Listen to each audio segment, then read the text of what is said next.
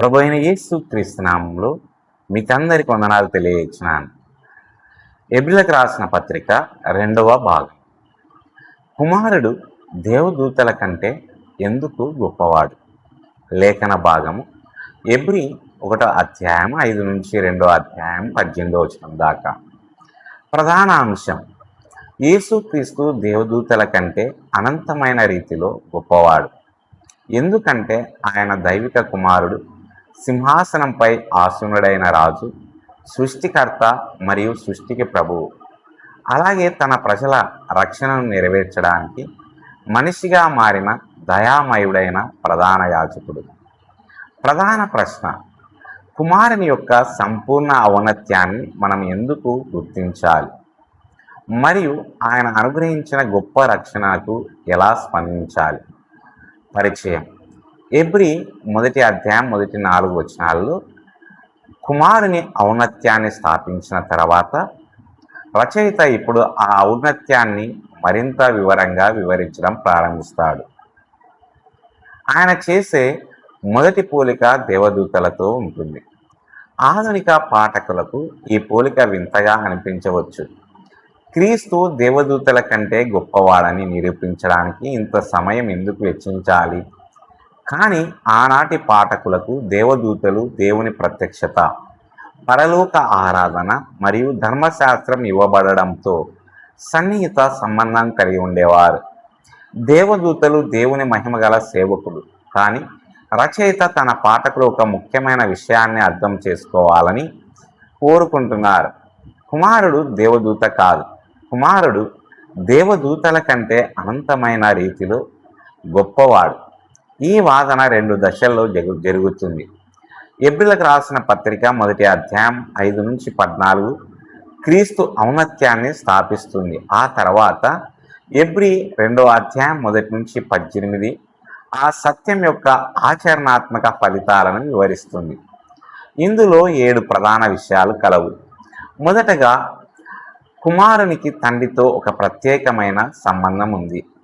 ఎబ్రి 1వ అధ్యాయం 5 నుంచి 6 వచనాలు రచయిత ఇలా అడుగుతున్నారు: దేవదూతలలో ఎవరినైనా ఉద్దేశించి, నీవు నా కుమారుడవు, నేడు నేను నిన్ను కని ఉన్నానని ఆయన ఎప్పుడైనా చెప్పేనా? దేవుడు ఏ దేవదూతలతో ఇలాంటి ప్రత్యేకమైన రీతిలో మాట్లాడలేదు. దేవదూతలు సేవకులు మరియు పరిచారకులని పిలువబడతారు. కానీ కుమారుడు తండ్రితో ఒక ప్రత్యేకమైన సంబంధాన్ని కలిగి ఉంటాడు. ఆ తర్వాత రచయిత దావీదు యొక్క గొప్ప కుమారుని గురించిన వాగ్దానాన్ని ఉదాహరిస్తారు. నేను ఆయనకి తండ్రినై ఉండును, ఆయన నా కుమారుడై ఉండును. క్రీస్తు కేవలం మరొక పరలోక జీవి మాత్రమే కాదు, ఆయన కుమారుడు. కాబట్టి క్రీస్తుకు మరియు దేవదూతలకు మధ్య ఉన్న వ్యత్యాసం కేవలం హోదాకు సంబంధించినది కాదు, అది స్వభావం మరియు సంబంధానికి సంబంధించిన వ్యత్యాసం. దేవదూతలు ఆయనను ఆరాధిస్తారు మరియు ఆయన తన జ్యేష్ఠ పుత్రుణ్ణి లోకంలోనికి రప్పించినప్పుడు దేవదూతలందరూ ఆయనను ఆరాధించవలనని చెబుచున్నాడు. దేవదూతలు ఆరాధికులు, ఆరాధించబడేవాడు క్రీస్తే. ఇది ఆయన శ్రేష్టతను రుజువు చేస్తుంది. 2వ ప్రధాన అంశం: కుమారుడు నిత్యుడైన రాజు. ఎబ్రి 1వ అధ్యాయం 7 నుంచి 9 వచనాలు లేఖకుడు దేవదూతలను కుమారునితో పోల్చి ఇలా అంటున్నాడు: ఆయన తన దూతలను ఆత్మలుగాను తన పరిచారకులను అగ్నిజ్వాలలుగాను చేసుకొనిచున్నాడు. దేవదూతలు దేవుని సేవకులు. వారు ఆయన ఆజ్ఞను నెరవేరుస్తారు. వారు శక్తివంతమైన పరలోక పరిచారకులు అయినప్పటికీ సేవకులుగానే ఉంటారు. అప్పుడు ఆ వ్యత్యాసం కనిపిస్తుంది. అయితే కుమారుని గూర్చి ఆయన, దేవుడా, నీ సింహాసనము యుగయుగములకు నిలిచినది అని చెబుచున్నాడు. కుమారునికి సింహాసనం ఉంది, కుమారుడు పరిపాలిస్తాడు. కుమారుని రాజ్యం నిత్యమైనది. తండ్రి కుమారుని దేవుడు అని సంబోధిస్తూ ఆయన సింహాసనం శాశ్వతమైనదని ప్రకటిస్తున్నాడు. ఆయన పరిపాలన నీతితో కూడుకున్నది. నీతి దండము నీ రాజ్యపు దండము. క్రీస్తు నీతిని ప్రేమిస్తాడు, దుష్టత్వాన్ని ద్వేషిస్తాడు. కాబట్టి ఆయన రాచరికం తాత్కాలికమైనది లేదా క్షీణించిపోయేది కాదు. ఆయన రాజ్యం నీతిపై స్థాపించబడింది మరియు ఎప్పటికీ అంతరించిపోదు. మూడవ ప్రధాన విషయం, కుమారుడు సృష్టికర్త మరియు మార్పు లేని ప్రభువు. హెబ్రీ 1 అధ్యాయం 10-12 వచనాలు. లేఖకుడు కీర్తన 102ను క్రీస్తుకు అన్వయిస్తూ ఇలా కొనసాగిస్తున్నాడు. ప్రభువా, నీవు ఆరంభమందు భూమికి పునాది వేసితివి. కుమారుడు సృష్టికర్త, భూమి ఆయన ద్వారా స్థాపించబడింది. ఆకాశములు ఆయన చేతి పనులు. సృష్టి స్వభావానికి మరియు క్రీస్తు శాశ్వతత్వానికి మధ్య వ్యత్యాసం చూపబడింది. అవి నశించును గాని నీవు నిలిచియుందువు. సృష్టి మారుతుంది, క్రీస్తు మారడు. ఆకాశములు పాతబడతాయి, క్రీస్తు నిలిచి ఉంటాడు. సృష్టిని వస్త్రంలా మార్చవచ్చు, వస్త్రం వలె నువ్వు వాటిని మరిచివేయదు. కానీ కుమారుడు అలాగే ఉంటాడు. నీవు అదే రీతిగా ఉందువు. నీ సంవత్సరములు అంతము కావు. ఇది క్రీస్తు యొక్క నిత్య స్వభావము మరియు మార్పు లేని గుణం గురించి చెప్పబడిన ఒక గొప్ప సత్యం. మన చుట్టూ ఉన్నదంతా తాత్కాలికమైనది. యేసు క్రీస్తు శాశ్వతమైన వాడు. కంటికి కనిపించేదంతా గతించిపోతుంది. కుమారుడు ఎప్పటికీ నిలిచి ఉంటాడు. నాలుగవ ప్రధాన విషయం, దేవదూతలు సేవకులుగా ఉండగా కుమారుడు సింహాసన సీనుడయ్యారు. హెబ్రీలకు 1:13-14 వచనాలు. రచయిత మరొక ప్రశ్న అడుగుతున్నారు. నీ శత్రువులను నీ పాదపీఠంగా చేయ వరకు నా కుడిపార్శ్వన కూర్చుండుము అని ఆయన ఏ దేవదూతతోనైనాను ఎప్పుడైనాను చెప్పేనా? ఏ దేవదూతకు ఈ ఆజ్ఞ ఇవ్వబడలేదు. కుమారుడు దేవుని కుడిపార్శ్వమున కూర్చొని ఉన్నారు. దేవదూతలు సేవ చేయడానికి పంపబడతారు. రక్షణను స్వతంత్రించుకోబోయే వారికి సేవ చేయడానికి పంపబడిన పరిచర్య చేసే ఆత్మలు కారా వారు? ఇది మనకు సరైన సంబంధాన్ని తెలియజేస్తుంది. క్రీస్తు ప్రభువు, దేవదూతలు సేవకులు. క్రీస్తు పరిపాలిస్తారు, దేవదూతలు సేవ చేస్తారు. క్రీస్తు ఆరాధించబడతారు, దేవదూతలు ఆరాధిస్తారు. క్రీస్తు సింహాసన సీనులై ఉన్నారు, దేవదూతలు పంపబడతారు. కాబట్టి కుమారుడు దేవదూతల కంటే అనంతమైన గొప్ప ఘనతను కలిగి ఉన్నారు. ఈ ఐదవ ప్రధాన విషయం. కాబట్టి మనం క్రీస్తు పట్ల శ్రద్ధ వహించాలి. హెబ్రీయులకు రాసిన పత్రిక 2వ అధ్యాయం 1-2 వచనాలు, 1-4 వచనాలు. క్రీస్తు యొక్క శ్రేష్టతను స్థాపించిన తర్వాత రచయిత వెంటనే ఆ బోధనను ఆచరణకు అన్వయిస్తారు. కాబట్టి మనం అన్ని విన్న విషయాల పట్ల అత్యంత శ్రద్ధ వహించాలి. కాబట్టి అనే పదం ముఖ్యమైనది. బోధన అనేది ఉపదేశానికి లేదా ప్రోత్సాహానికి దారితీస్తుంది. క్రీస్తు శ్రేష్ఠుడు కాబట్టి మనం ఆయన మాటలను శ్రద్ధగా వినాలి. ఇక్కడ ఉన్న ప్రమాదం ఏమిటంటే మనం పట్టు తప్పి జారిపోవడం. అవి మన చేజారిపోకుండా ఒక పడవ తన గమ్యం నుండి ఉద్దేశపూర్వకంగా దూరంగా ప్రయాణించాల్సిన అవసరం లేదు. అది కేవలం కొట్టుకుపోవచ్చు. అదేవిధంగా ఆత్మీయంగా దూరం అవడం కూడా నిశ్శబ్దంగా ప్రారంభం కావచ్చు. విడిచిపెట్టడానికి ముందు నిర్లక్ష్యం జరగవచ్చు. రచయిత తక్కువ స్థాయి నుండి ఎక్కువ స్థాయికి వాదిస్తున్నాడు. దేవదూతల ద్వారా పలకబడిన సందేశానికి అవిధేయత చూపినప్పుడు పరిణామాలు ఎదురైతే ప్రభువు స్వయంగా ప్రకటించిన రక్షణను నిర్లక్ష్యం చేయడం ఎంత తీవ్రమైన విషయం.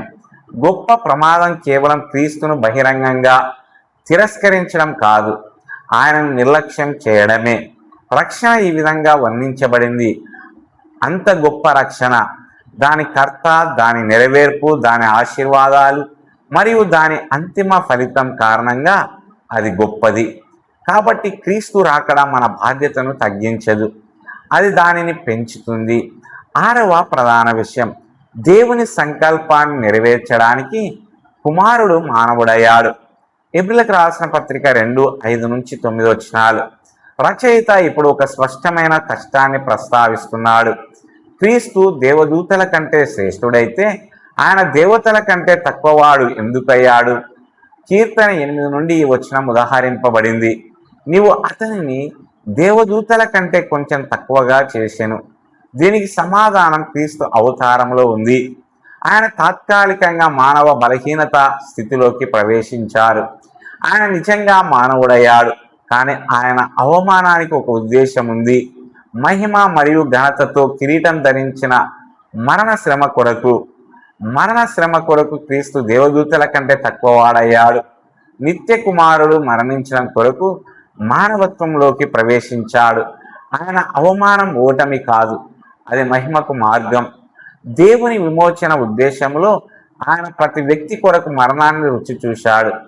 మానవుడిని సృష్టించిన వాడే మానవుడయ్యాడు. సమస్తాన్ని ఏలేవాడే తన సృష్టిలోకి ప్రవేశించాడు.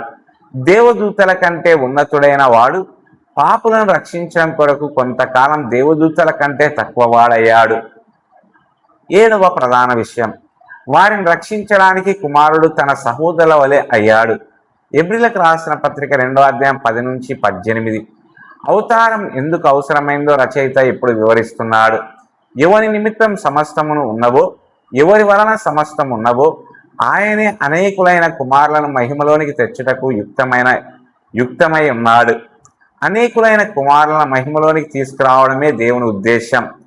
మరియు వారిని మహిమలోనికి నడిపించేవాడు శ్రమల ద్వారా పరిపూర్ణుడుగా చేయబడ్డాడు. దీని అర్థం క్రీస్తు నైతికంగా అపరిపూర్ణుడని కాదు. ఆయన ఎల్లప్పుడూ పాపరహితుడు.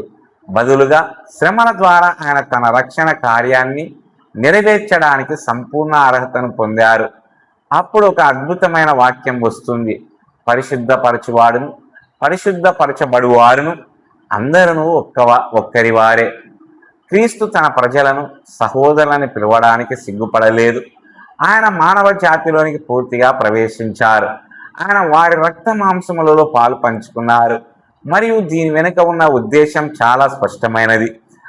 మనకు అధికారి అయిన అపవాదిని మరణం ద్వారా నశింపచేయుట. క్రీస్తు మరణం అపవాది యొక్క అధికారాన్ని మరియు వాదనను ఓడించింది. మరణ భయంలో బంధించబడిన వారిని కూడా ఆయన విడిపిస్తారు. మరణించడానికే దేవుని కుమారుడు మనిషిగా మారారు. తన ప్రజలు జీవించాలనే ఉద్దేశంతో ఆయన మరణించారు. ఆయన స్వయంగా శ్రమలు అనుభవించి శోధనలకు గురయ్యారు కాబట్టి శోధనలో ఉన్నవారికి సహాయం చేయగలరు. ఈ అధ్యాయం క్రీస్తు గురించిన అత్యంత ఓదార్పునిచ్చే వర్ణనలో ఒకదానితో ముగుస్తుంది. ప్రజల పాపాలకు ప్రాయశ్చిత్తం చేయడానికి దేవుని విషయాలలో కనికరం మరియు నమ్మకమైన ప్రధాన యాజకుడు. దేవదూతల కంటే ఉన్నతమైన కుమారుడు దేవదూతల కంటే తక్కువ స్థితిలోనికి వచ్చారు. ఆయన మనిషిగా మారారు. ఆయన శ్రమపడ్డారు. ఆయన మరణించారు. ఆయన తిరిగి లేచారు.